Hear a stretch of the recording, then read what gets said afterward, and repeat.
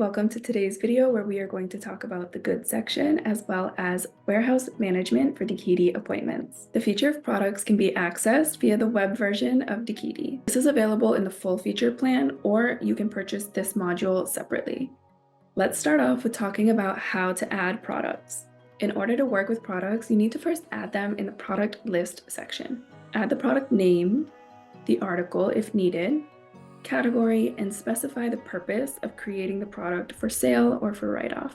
For example, we create the product L'Oreal shampoo, specify an article if available, and a category is mandatory. I can sell shampoo to customers directly, and for sales, I set the quantity in pieces. The write-off, on the other hand, is done in milliliters. You can set the corresponding price and click Save. In this way, we can add products manually in order, or you can just simply send us your product list and we will enter it for you. After you've uploaded the list of products, go to Products and then to the Product Movements section. Click the Add Initial Balances button in the upper right corner and enter your initial balances. Moving on to Supply of Goods. Let's talk about the movement of goods. Select the supplier, the warehouse, and the product. Choose the shampoo, specify the quantity received, for example, 5 pieces, and the price per unit. Next, we'll see 2 buttons, Save and Go to Payment. If we click Save, the supply is processed and the product will appear in the list of goods in the warehouse. However, no financial transactions related to this supply will be reflected. If we maintain strict financial records of our transactions with suppliers, click Go to Payment. This will take us to the payment page where an expense transaction is generated for this supply. Now let's talk about the write-off of goods. We have the list of products and the goods have been received in the warehouse. Now we can write off the product either individually during a sale or in milliliters for service consumption. Go to the Movement of Goods Add Write-Off section and supply the product to be written off and click Save. Remember this crucial step. Before performing any operations with the product, selling it, or writing it off, we need to first add the product and then register its supply. The exception is the initial balances, which are entered once at the beginning of working with products.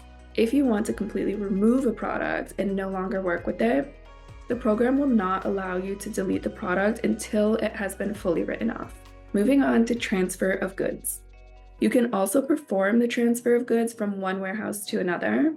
Simply go to the Movements of Goods /Add/Transfer, specify the first and second warehouse, and then choose which product is to be moved. Inventory is also located in the Movement of Goods section, so it's recommended to conduct inventory at least once a month, checking the program's record of goods against the actual inventory. However, there is a particularity to inventory. It comes into effect at 11:59 local time of the project. It should be conducted at the end of the shift when you know there will be no more movements or sales of any of the goods. Now moving on to the warehouse section. Here you can add warehouses and assign responsibilities. When there are multiple warehouses, you can facilitate the movement of goods between them. In the suppliers section, you can add suppliers with who you conduct settlements with if you're managing the complete financial accounting. Thanks for watching our video regarding goods and warehouse management. As always, if you have any questions, don't hesitate to reach out to us. We are available 24/7 via chat and we'd be more than happy to help.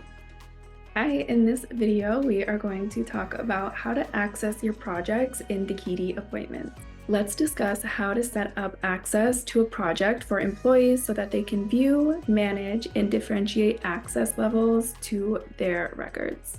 To add or restrict access, you can go to the Settings/Project Access section. You can add access for your employees using their mobile phone numbers. For example, we enter a test number and determine the user group.